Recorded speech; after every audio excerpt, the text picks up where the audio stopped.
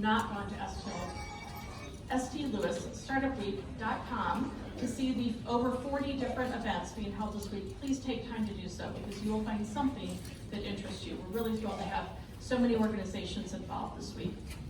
But we're going to get things kicked off right away, and I'd like to introduce Dr. Ken Olaf, the Vice President of Research for St. Louis University, who's going to get us going. Thank you.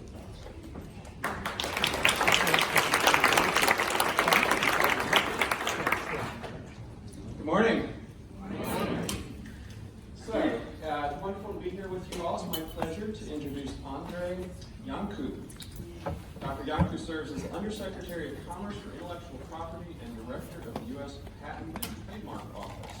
In this role, he provides leadership and oversight to one of the world's largest intellectual property offices, with more than 12,000 employees and an annual budget of over $3 billion. He also serves as Principal Advisor to the Secretary of Commerce on domestic and international intellectual property policy matters. Throughout his career, many organizations have recognized his work. He has many accolades, which I will not read, but they are very, very impressive. He was trained as an aerospace and mechanical engineer at UCLA. He also has a JD from UCLA. It is so wonderful to have you in St. Louis. Thank you.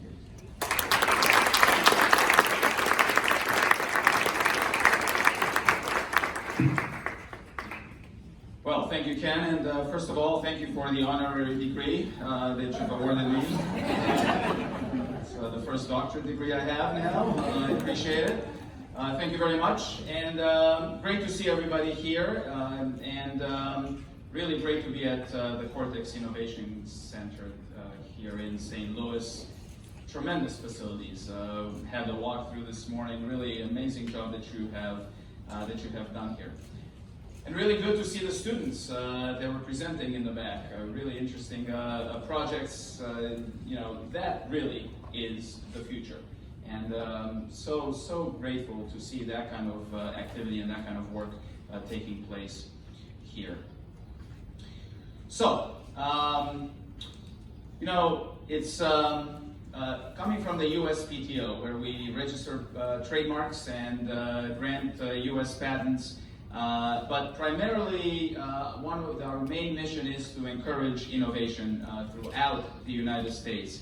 And being here in St. Louis, which is home of one of the country's fastest growing startup scenes, really, is really especially rewarding. And somebody just handed me some statistics here just a second ago. And it says that St. Louis is ranked number 2 by Forbes as a startup community, and that really shows. So, as I mentioned, the USPTO mainly issues patents and registers trademarks, and that history goes back 229 years, actually, to when President George Washington signed the first Patent Act of 1790. The act rests on the U.S. Constitution, and all the patent acts since then go back to the U.S. Constitution, which in it itself, it says that Congress shall have the power to promote the progress of science and useful arts by securing for a limited time to inventors and authors the exclusive right to their respective writings and discoveries. You know that in the Constitution itself, the word right is mentioned only once. And it is not with respect to the various rights that we know about, which came later in the Bill of Rights. But in the Constitution itself, the word right is mentioned only with respect to intellectual property rights. Super interesting, because securing IP rights was that important to the founders. So what does that mean in practical terms? Well, what do we do at the USPTO? We determine if applicants for patents and trademarks are entitled to IP protection under the law, and we grant those patents and trademarks when they are so entitled. And through those rights, inventors and entrepreneurs are then able to take the risks and make long-term investments that disrupt outdated norms and make life better than in the past.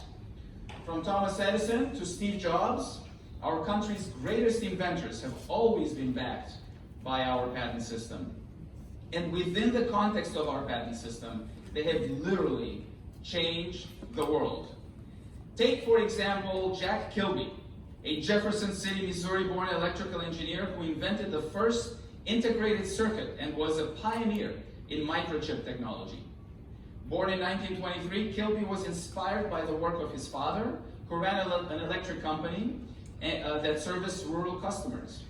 After earning a bachelor's degree in electrical engineering from the University of Illinois, actually, Kilby began working at a division of the Globe Union Corporation called Centralab. While there, he led a team that was focused on ways to make electronics smaller by using transistors.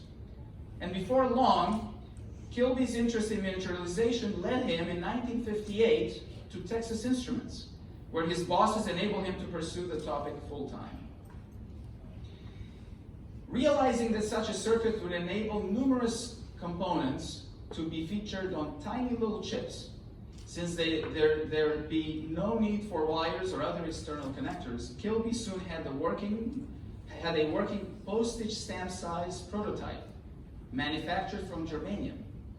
And in September 1958, Kilby presented the prototype to his superiors at TI, Texas Instruments, and on June 23, 1964, his invention was granted US patent number 3138743.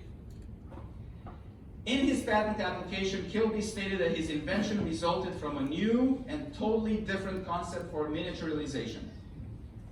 That is what all invention is about. Totally new and different than what we had in the past.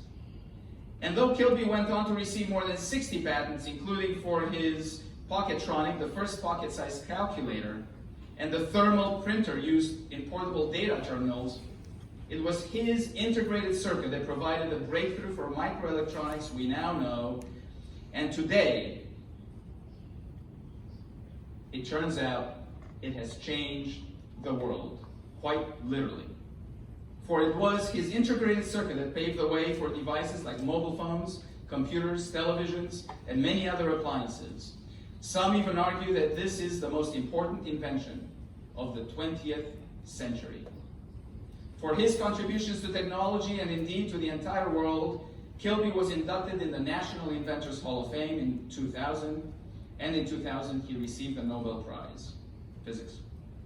Working within the context of our IP system, Jack Kilby from Missouri is a prime example of the brilliance of American invention. And he is not alone. Because the results of our patent system over time, so carefully crafted and balanced, have been absolutely remarkable. Economists and other scholars have documented a number of important contributions from patents and other forms of IP to innovation and economic growth.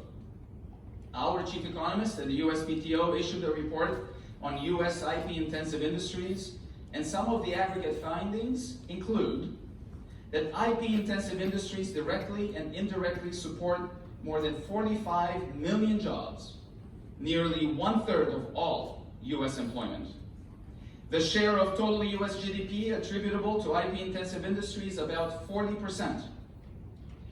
Importantly, workers in IP-intensive industries earned an average wage that is almost 50% higher than wages in non-IP-intensive industries. Additionally, a paper by a former USPTO Edison scholar presents causal evidence that patents help startups create jobs, grow their sales, and reward their investors. The results suggest that patents act as a catalyst to growth by facilitating their access to capital. The paper also found that the approval of a startup's first patent application increases its employment growth over the next 5 years by a remarkable 36 percentage points on average, and the effect on sales growth is even higher. Here in Missouri, over 16,000 patents have been issued to St. Louis-based inventors since 2000. And in recent years, patenting in St. Louis has grown dramatically. Indeed, from 2000 to 2009, an average of 645 patents were issued to inventors and assignees in St. Louis. And since 2010, This number has jumped to nearly 1,100 per year, almost double. I do wonder what correlation there is between the Cortex facilities and other innovation hubs like this and this remarkable growth. And by the way, the top patent classes here in St. Louis include genetics, drugs, new plants or processes for obtaining them, chemicals, and electrical digital data processing. Since 2000, the top patent assignees are Monsanto, Emerson Electric, Washington University, Time Warner Cable, and Solutia, a subsidiary of Eastman Chemical. Clearly, innovation and economic success based on innovation are nothing new here in St. Louis, and the future is bright indeed. Obviously, from Lewis and Clark's expedition that opened the American West to today's tech startup revolution, the St. Louis region has always been a place where people take risks and achieve big things. And thanks to its civic leaders, investors, entrepreneurs, financial institutions, and state and local government representatives, St. Louis is building one of the country's fastest growing startup scenes. Just over the last several years, in fact, community leaders here in St. Louis have created several thriving incubators, including the Cortex Innovation Community here that extends from the city's urban core to the region's western suburbs. Founded by Washington University in St. Louis University, University of Missouri at St. Louis, BJC Healthcare and Missouri Botanical Gardens, Cortex is nationally and internationally recognized as an innovation hub that supports all technology sectors. Additionally, leaders throughout the city founded Arch Grants, a nonprofit organization that is building a new economy by providing $50,000 equity-free grants and pro bono support services to entrepreneurs who locate their early stage businesses here in St. Louis. There's also the Amarin Accelerator, an innovative public-private partnership with the University of Missouri System and Capital Innovators that assesses, mentors, and invests in energy technology startup companies. These are just a few among many efforts that I could point to, but the bottom line is this. By attracting and importantly retaining innovative entrepreneurs, St. Louis is building a new economy, an innovation economy. And while these and other endeavors are off to a great start, the ultimate return on the city's investment in startups may well be some years down the road. Perseverance is needed and it is worthwhile because the rewards are great. And we know what perseverance actually in this context looks like. Sustained collaboration between industry, academia, and government will continue to be key to the growth and economic development of the St. Louis region. Indeed, these three components, industry, academia, and government, are critical to the development of any innovation and entrepreneurship ecosystem. They are the three necessary components, and they must work together toward common goals. Plus, to truly advance innovation here in St. Louis and throughout the country, we must also work to broaden the innovation ecosphere. Put differently, we need, as a country, a higher percentage of our population to participate. And to do that, we need to focus on STEM and IP education, externships, and hands-on industry opportunities.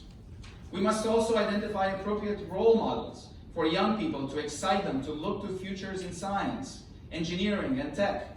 And in that regard, the USPTO and others in the US government play a leading role. Later this morning and all day tomorrow, for example, many of the educators here at the conference will have an opportunity to participate in a USPTO designated workshop to help further inspire and encourage students to pursue STEM fields and to learn about the important role that IP plays in making America a global leader in technological innovation. Why is this so important? I don't need to tell you, but take, for example, women inventors.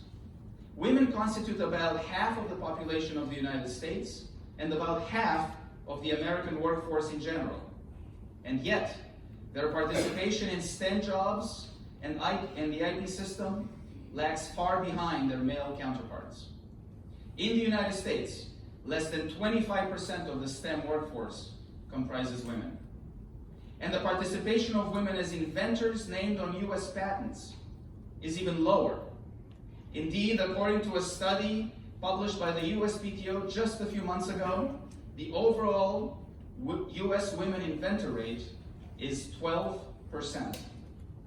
Here in Missouri, the women inventor rate is a bit higher, at 13.6%. St. Louis, by the way, I am told, is the number one, according to one study, the number one place for women entrepreneurs.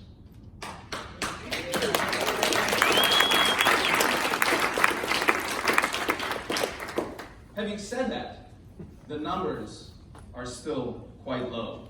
But nevertheless, as concerning as these numbers are, especially when we look at the invention rates, they do point to significant potential for the United States. A recent study from Harvard finds that increasing the invention rates among women, minorities, and those from low-income communities can up to quadruple the rate of US innovation. So, I say, let's go do that.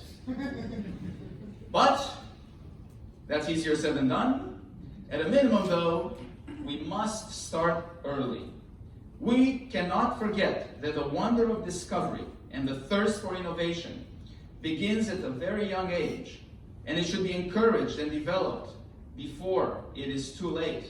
That is why it's so exciting to see the students participating with their posters in the back.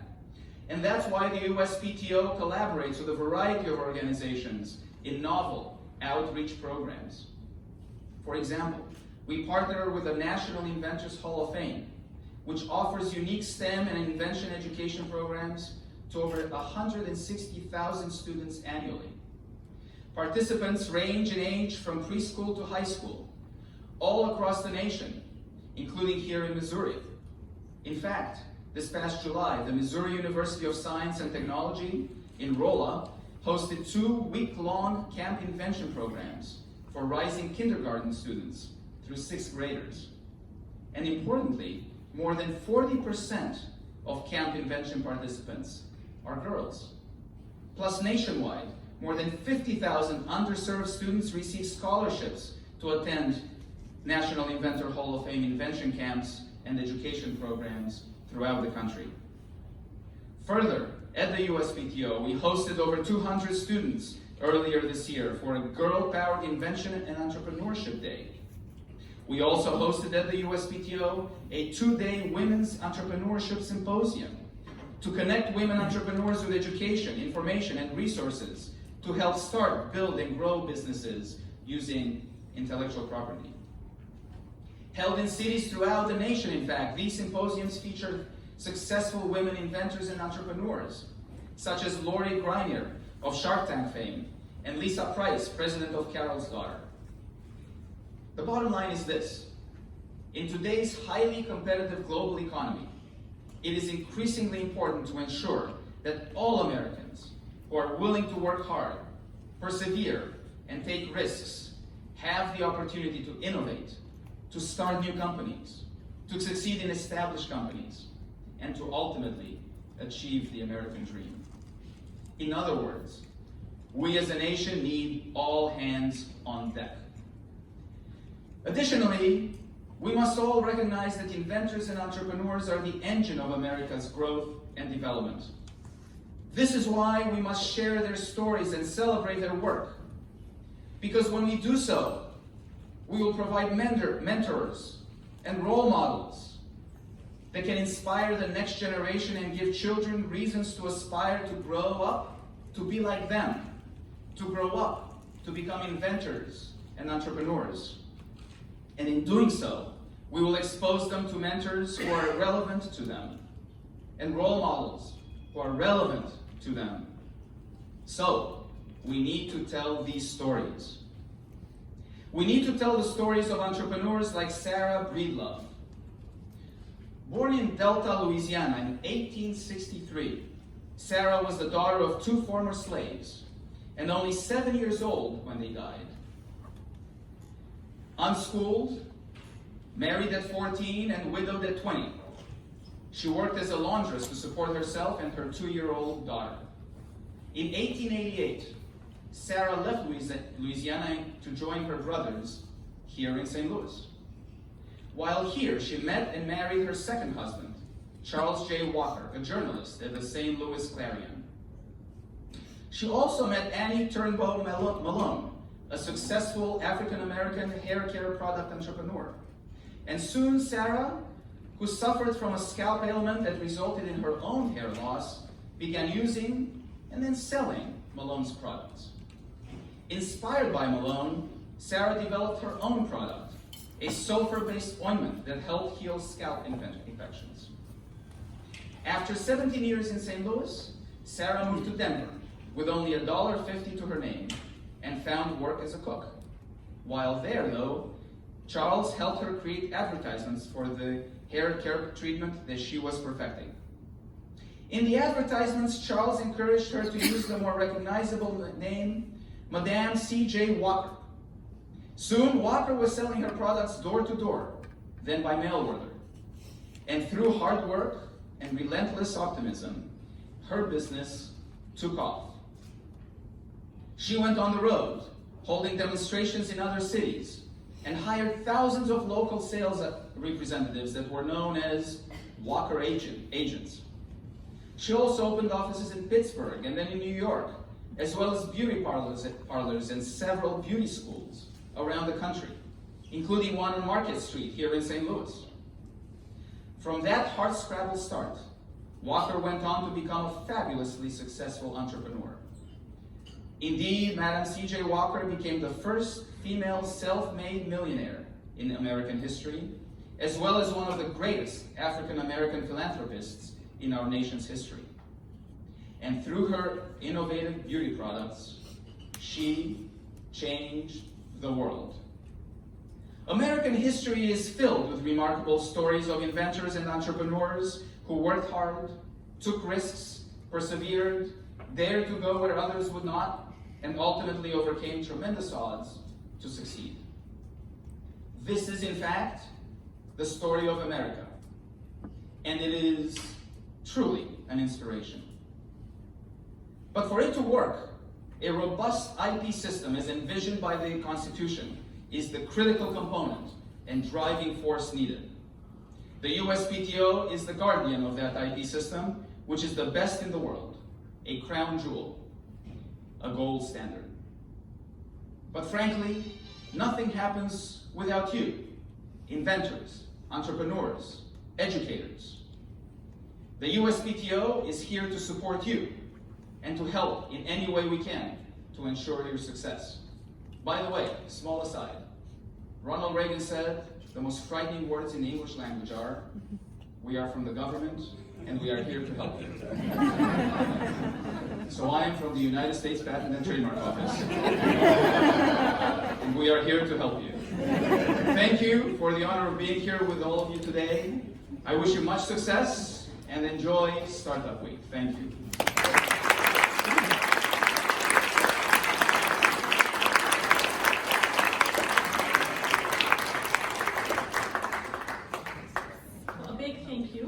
Dr. Iancu. Give me just 1 second. Dr. Iancu is going to step out here because he's got interviews to do. If you came in and you saw some bags for STL Made out here on the table, make sure you are grabbing one of those because there's all sorts of goodies inside. How many of you have heard of STL Made? Yay, there's more of you that will. Good. So it's really an effort here in St. Louis to promote what we do, and a big part of that is about startup. So that's we appreciate their sponsorship and support for the week. You also get your Startup Week stickers in there. So for those of you that love stickers on everything, make sure you grab a bag. Again, a big thank you to our students that are in the back here that are doing things that amaze us all. Additionally, check the website for the week. There are so many events going on.